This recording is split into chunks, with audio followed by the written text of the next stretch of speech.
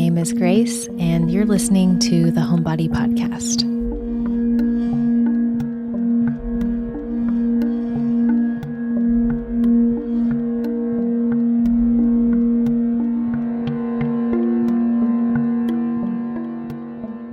A few months ago, I had I guess we'll call it like a vision, a dream, a waking dream, a lucid dream. And in the vision, there was like this, you could see the planet, and there was this layer around the outside of these sort of gray souls that completely surrounded the external layer of the planet, still very close, and covering it in like 360 degrees.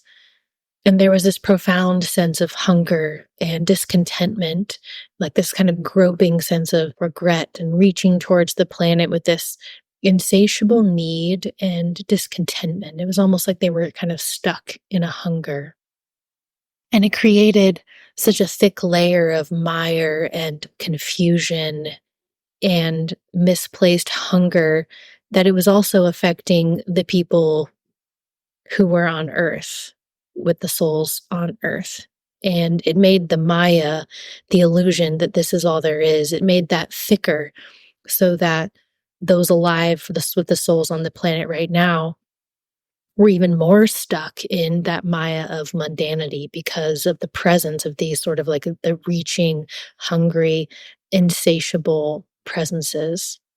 And so in my dream, I asked, like, what are these? Like, what's going on here?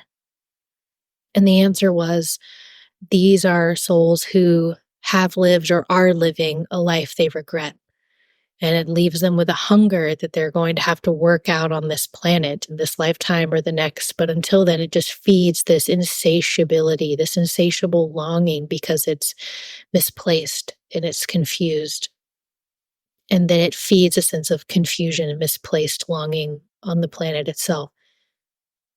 And so then I asked, well, what's the antidote? Like, how do we remediate it so that both the layer of the hungry and also those suffering from that additional layer of illusion? And the response was, live a beautiful life. Live a beautiful life. That's the remediation. And for over a year now, I've been getting this steady message that's just become like this mantra that's just like living inside me, like beauty is enough, beauty is enough. And then over the late summer, fall, winter, it became beauty. I think beauty is everything. And I'm sure you know that when I say that, I'm by no means talking about the beauty industry, which I'm not going to get into. It's not even in this conversation. True beauty awakens awe. True beauty awakens love. True beauty awakens hope and meaning and wisdom. True beauty awakens surrender.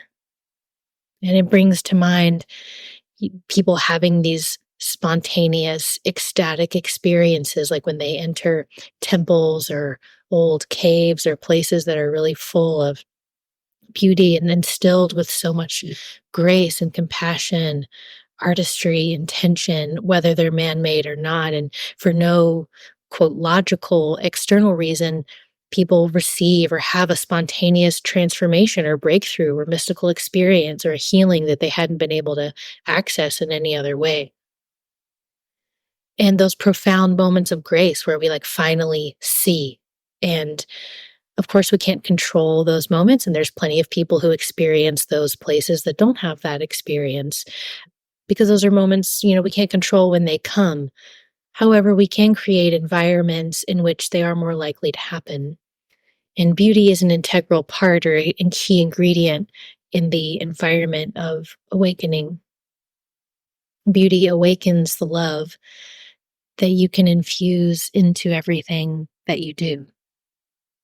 As an artist, making something that not only fulfills the story or the thread or the call that wants to come through, that's quite never felt like enough, but also finding the way in which it's beautiful, its own particular language or thread of beauty, and manifesting that through the work has always felt really important, to me anyways.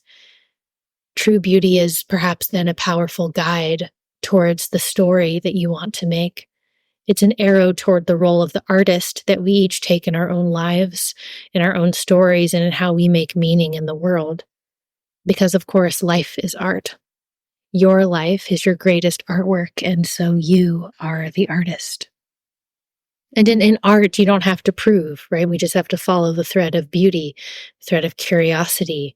We choose what is true by choosing what is most beautiful to us. The biggest truths are unprovable, and that doesn't mean you can't know them, however. You know what you know because you recognize the beauty.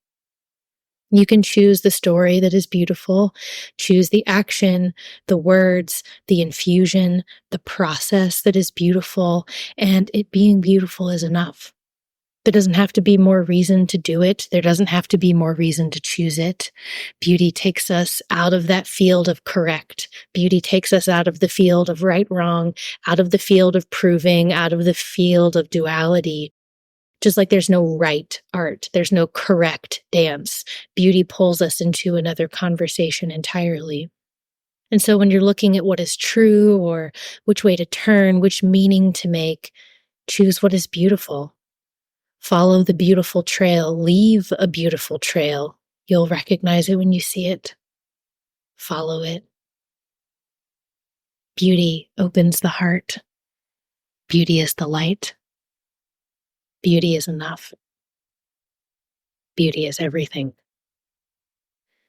And true beauty is about creation, which is different from control. And we get control mixed up with a lot of different things, right? We're like, oh, this word sounds fun and like I'm doing it, but secretly underneath what we think we're doing is just control. So the voice of control is often saying something like, when I've manipulated my external circumstances to be just so, then I can live my best life. Or when I've got the perfect partner, there isn't one, made my parents happy, when I have this particular house or X amount of money or this beauty cream, or when I weigh this much, or when my favorite politician is elected president, or when this law passes. Control says when that next thing happens, then I can create, then I will be living my beautiful life. But beauty doesn't come from control. Beauty pulls us back to creation and surrender.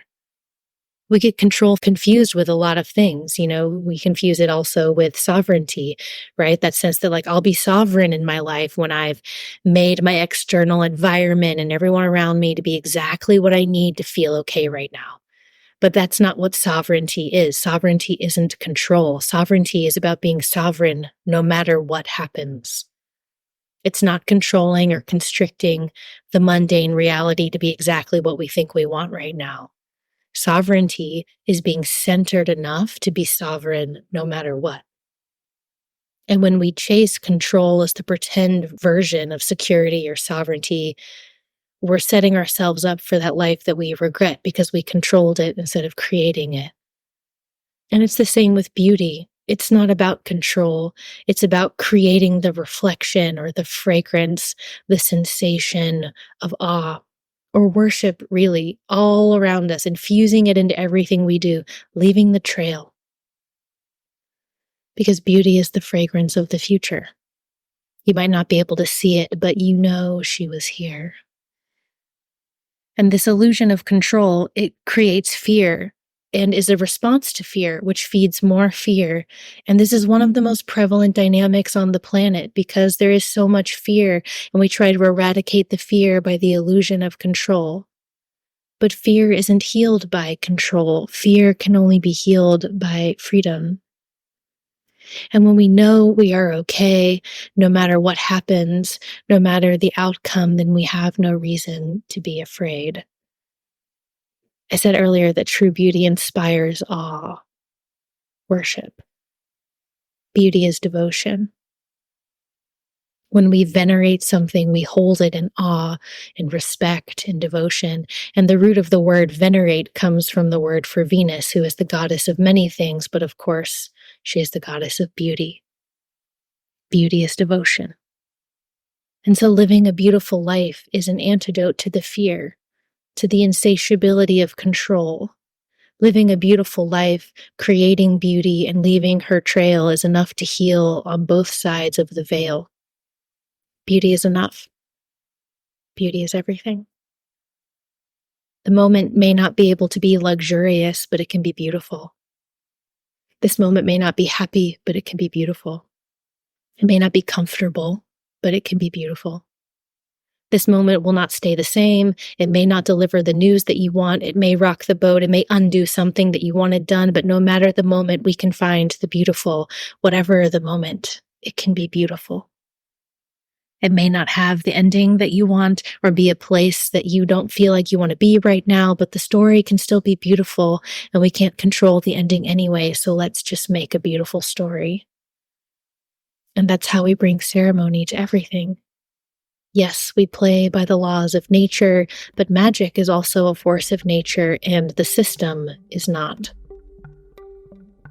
Live a beautiful life, which is what it means to live a life without regret. Enter the aeon of beauty. Beauty is everything. The means is the end. Thank you so much for listening. If you enjoyed the episode, please take a few moments to subscribe to the show, leave us a review, and share the episode.